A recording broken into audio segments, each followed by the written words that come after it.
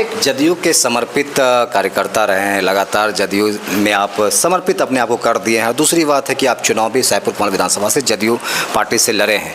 इस बार क्या नौबत आ गई सर कि निर्दलीय चुनाव लड़ना पड़ा? देखिए, वो अब हम क्या बोलें, माननीय पूर्व मुख्यमंत्री आदरणीय नेता जदयू के नीतीश कुमार जी के हम तो चुनाव के दरमियान भी हम कहते थे आप आए होंगे तो हमारे यहाँ, तो हम जब पटना से लौटे थे तो 1500 के संख्या हमारे वर्कर जी जो हमारे यहाँ जमा थे, उन्होंने कहा तो हम स्पष्ट रूप से कहे थे कि हम भाजपा से भी चुनाव लड़े और जदयू से चुनाव लड़े, लेकिन हम हार गए। आप लोग का आग्रह कि निर्दलीय चुनाव लड़े, किस आधार पर निर्दलीय चुनाव लड़ेंगे ये बताइए? हम दल से लड़े तो चुनाव हार गए।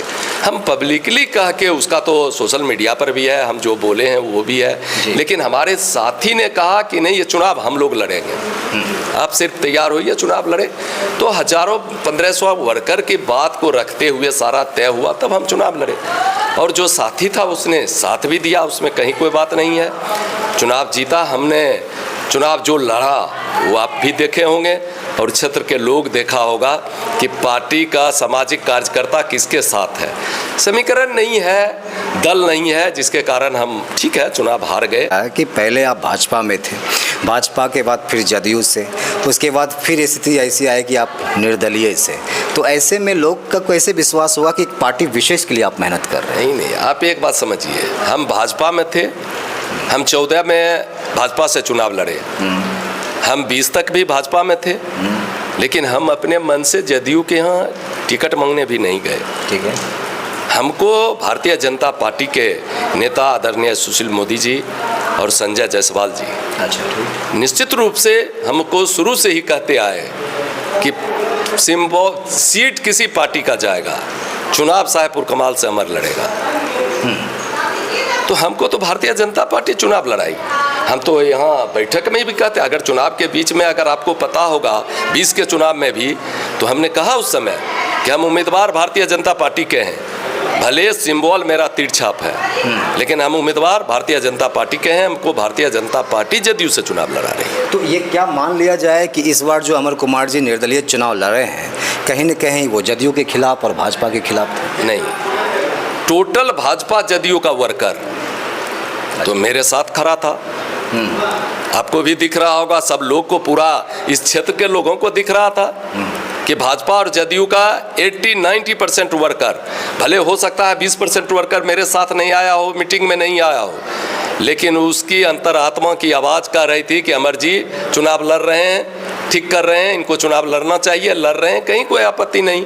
हम तो जदयू भाजपा के वर्कर के बदौलत चुनाव लड़े और लोग साथ भी रहा, ऐसा नहीं है कि नहीं रहा। कहीं ये पार्टी के साथ तो ऐसा भी माना जा सकता है कि पार्टी के साथ तो सही नहीं किया जा रहा था, उनके माध्यम से जो लोग आपका साथ दे रहे थे। जो क्यों पार्टी के माध्यम से, मतलब क्यों नहीं माना जाएगा? क्योंकि आप निर्दलीय चुनाव लड़े हैं और एक पार्टी के लिए जो है मेहनत करनी चाहिए, तो वो आपके लिए मेहनत कर रहे थे। नहीं कर रहे थे तो ऐसा होता है ना, हम भी तो जो जहाँ थे, लोग तो देखता है कि भाजपा का वर्कर हो कि जदयू का वर्कर हो, सालों साल हम उसके साथ खड़े रहते। हमारे अलावा कोई व्यक्ति तो खड़ा नहीं होता किसी के साथ, और हमको नहीं लगता किसी को दम भी है खड़ा होने का। जितना लोग बोल ले जी, हम तो एक एक चीज़ को देखे हैं।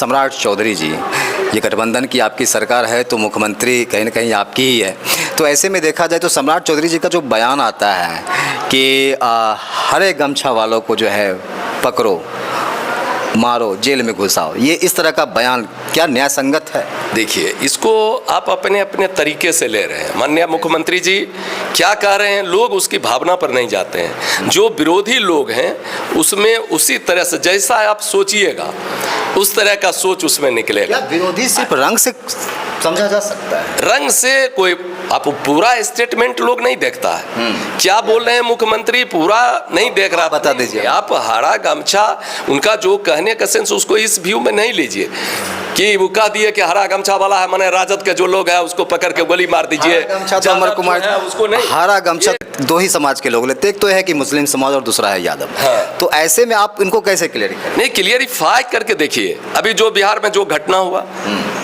जो इनकाउंटर हुआ, जो भी हो रहा है, स्थिति को आप देख रहे हैं, कहाँ है सेंस? मने मन आप भी सोच रहे हैं वही बात, लेकिन वो बोल रहे मुख्यमंत्री के कुर्सी पर बैठे हुए हैं, इस तरह से कोई जाति विशेष को किसी को कोई टारगेट करके नहीं बोलता है। बोल रहे हैं तो उसको आप अलग से निकाल रहे हैं कि यादव को कह रहा है कि यादव भी गमछा लेता हरा, मुसलमान ही लेता है हरा। मतलब क्या, जरा आप भी बता देंगे तो थोड़ा सा लोगों को समझ में आएगी।